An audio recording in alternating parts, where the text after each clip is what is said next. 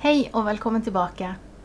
Det 21. desember, og det på tide med et nytt kapittel med Snesøstra. Jeg var varm og andpusten da jeg kom frem til kirkegården. Den lå helt stille i mørket, men på mange av gravene brente fakler.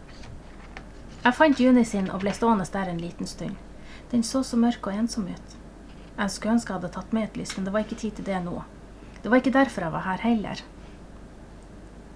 Jeg snudde meg. Rad på rad med graver. Mange flere enn jeg kunne telle. Mellom trærne på kirkegården kunne jeg skimte fjorden. Det var der ute Hedvig hadde forsvunnet, tenkte jeg, og brått frøs jeg på ryggen. Langsomt begynte jeg å gå. Jeg måtte stoppe ved hver eneste gravstein for å se hvem som lå der. Så mange navn, tenkte jeg. Så utrolig mange døde mennesker. De aller fleste hadde levd et langt liv. De hadde blitt både 70 og 80 år. Men noen steder lå mennesker begravd som bare var barn da de døde, kunne jeg se, for det var bare noen få år mellom fødselsåret og det året de døde. Jeg ble trist hver eneste gang jeg stanset ved en sånn grav. Hermine Klausen, 1958 til 1966. Peder Berg, 1932 til 1941. Klara Agathe Kjellstrup, 1925 til 1929. På noen steiner stod det små dikt eller fine ord i tillegg til navnet. Jeg leste dem også. Elsket og savnet. Vi møtes i minnene. I hjertet gjemt, aldri glemt. Sov søtt, lille venn. Ingen som har vært elsket forsvinner. Tiden gikk. Kanskje jeg hadde vært der i minutter, kanskje i timer. Plutselig kjentes det som jeg ikke kom til å klare det. Som om jeg ikke kom til å finne Hedvigs grav. Det var for mange, rett og slett. For mange navn. For mange døde mennesker. Jeg stoppet. Det hadde blitt kaldere og jeg frøs. Frostrøyken sto fra munnen min. Snodde seg ut i mørket. På ryggen hadde jeg fremdeles sekken. Den ene skøyta gnagde mot skulderen. Jeg kommer ikke til å klare det, tenkte jeg. Jeg kommer til å gå rundt her og lete for alltid. Men så hørte jeg noe svake skritt bak meg. Jeg snudde meg fort, skimte en skygge mellom trærne, og så sa en lav stemme. Den her. Jeg skyndte meg mot stemmen. Hallo? Men nå forsvant skyggen, jeg fortsatte likevel. Og der fikk jeg se den. Der lå grava. Hedvig Hansen sto det. Hvil i fred. Jeg svelga, for helt til nå hadde jeg vel håpet innerst inne at det bare skulle være tull.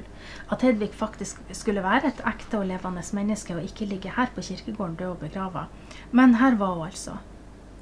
Og her var hun ikke, for den Hedvig jeg kjente, hun var like levende som meg enda hun var død. Kanskje lå hun i jorda, kanskje var hun for lengst råtnet opp, men likevel var hun her fremdeles. Hun var her. Jo, hun var her, virkelig.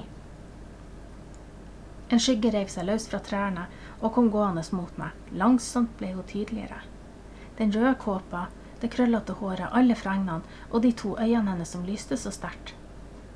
Men ikke av glede, slik de pleide. Hun trengte ikke å si et ord for at jeg skulle forstå hvordan hun hadde det. Hedvigs øyne lyste av fortvilelse. Hedvig, sa jeg, unnskyld for det dumme jeg sa. Jeg mente ingenting med det, unnskyld. Jeg gikk mot henne, ville bare gi henne en kjempestor klem, men noe ved henne stoppet meg. Hun hadde noe hun skulle si, så det ut som, og for første gang strevde hun med å få ordene ut. Det var ikke din skyld, stammet hun. Jo, sa jeg, det er min skyld at jeg fremdeles er her. Jeg skjønte ikke helt hva hun mente, og det så hun nok, for nå forsøkte hun å forklare. Jeg er bare så inderlig redd for å dø, sa hun. Livet var så bra, i hvert fall livet mi. Jeg elsker å leve. Han sa det, sa jeg. Henrik, bror min. Jeg tenkte at hvis jeg bare ble her blant menneskene, så ville jeg på en måte leve litt likevel. Jeg ventet og ventet. Før du dukket opp, så var det ingen som kunne se meg. Ingen som kunne høre meg. Kanskje unntatt Henrik. Jeg prøvde ofte å komme i kontakt med han, og noen gang tror jeg han faktisk han skimtet meg, og da ble jeg så glad. Han gjorde det, sa jeg. Hun lyste opp. Jeg visste det! Men det gjorde han trist, sa jeg. Smilene slukna. Å, så, det var virkelig ikke meningen. Han vil at du skal komme deg videre, sa jeg og svelga, og det vil jeg også. Jeg visste ikke egentlig om jeg mente det, for jeg kom til å savne Hedvig så mye at det gjorde vondt helt ut i fingertuppene allerede. Men jeg skjønte at jeg måtte si det for hennes skyld. Jeg har noe til deg, sa jeg. Jeg skyndte meg å ta av meg sekken og finne frem skøytene hennes. Hun skvatt da hun så dem. Jeg rakte dem mot henne, men hun ville ikke ta imot dem. Hva trenger jeg dem til? Det er 50 år siden i dag, sa jeg. Akkurat nå i ettermiddag. Jeg vet vel det, sa hun. Jeg har telt hvert eneste år. Hver eneste dag, til og med hver eneste time. Du trenger ikke ta dem på deg, sa jeg. Men jeg synes vi skal gå ned til fjorden. Fjorden. Plutselig skalv hun som om et kraftig vindkast hadde tatt tak i henne. Vi går sammen, sa jeg. Og du trenger ikke å bestemme deg for noen ting enda. Det var kapittel 21. Kom tilbake i morgen, så får du kapittel 22.